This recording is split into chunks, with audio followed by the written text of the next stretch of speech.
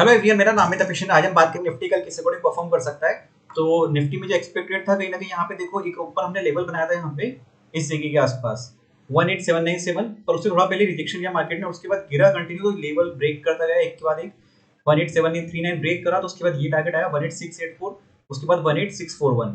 अब देखो क्या है ना, सपोर्ट रेजिस्टेंस का क्या है ना, अगर यहाँ पे मार्केट ओपन होता कहीं पर भी, ठीक है, तो ये लेवल हमारा रेजिस्टेंस की तरह काम करेगा, रिजेक्शन की तरह, और ये हमारा फिर सपोर्ट लेवल बन जाएगा उसी टाइम पे।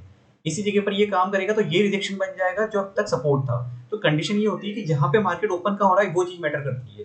अगर यहाँ ओपन करेगा तो ये सपोर्ट की तरह काम करेगा, फिर इसी जगह पर प्राइस एक्शन उसी तरीके से काम करता है यहाँ पे ऐसे में फिर।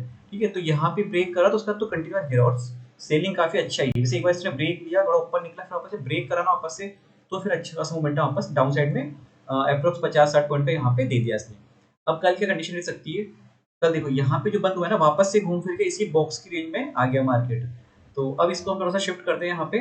एक तो देखो आज का जो लो है ना, ये वाला, ये सबसे ज्यादा इंपॉर्टेंट है, ये वाला लो, ठीक है। इस लो पे अगर मार्केट क्या रिएक्शन देता है वो चीज देखने की यहाँ पे। अब अगर इसको ब्रेक करता है तो फिर नेक्स्ट टारगेट हमारे यहाँ पे आएंगे 580 के, ठीक है। उसके बाद वही 560-80 की रेंज के टारगेट है वो हमें यहाँ पे मिलेंगे। तो वो वाले टारगेट के बाद अगर ये रेंज बॉक्स में अगर वापस से यहाँ से बाउंस करता है तब तो अच्छी बात है, क्योंकि बॉक्स में काफी अच्छा सपोर्ट भी रहता है, रेंज बनाई थी और इसके ऊपर निकला है, तो वो भी अच्छी बात थी यहाँ पे। अब अगर इसमें यहाँ पे सपोर्ट नहीं दिया और इसको ब्रेक करके गया, तो वापस से थोड़ी बहुत नेगेटिविटी शो करेगा मार्केट यहाँ पे। और अप साइड में अब क्या लेवल है यहाँ पे, अप साइड में अगर यहाँ से मार्केट ऊपर निकलता है तो हमारा पहला रिजेक्शन लेवल आएगा इसी जगह के आसपास, ये वाला 18679 का। अब टारगेट ना देखो थोड़े छोटे हो जाएंगे यहाँ पे, क्योंकि मार्केट में अब एक रेंज में फंस गया वापस निफ्टी भी। निफ्टी थोड़ा क्लियर था पहले 2-3 दिन से, लेकिन निफ्टी पे वापस से एक रेंज में फंस गया यहाँ पे। फिर उसके बाद नेक्स्ट टारगेट हमारे आएंगे 18723 के, और इसके बाद हमारा ये आज का हाई है, ये वाला हमारे टारगेट हो जाएगा 18776 का। तो इसी जगह की मुझे यहाँ तक लग रहा है इसी रेंज में यहाँ पे दिक्कत करेगा।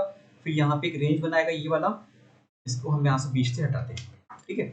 अगर ये 18580 को ब्रेक करता है तो फिर 18535 तक आने के पूरे चांस होंगे इसमें यहाँ पे, और वो ब्रेक करता है तो 18484 से लेकर 18468 तक आने के यहाँ पे पूरे चांस हो जाएंगे। एक बार FIA-DI का डेटा देख लेते हैं, FIA-DI का डेटा आ गया क्या,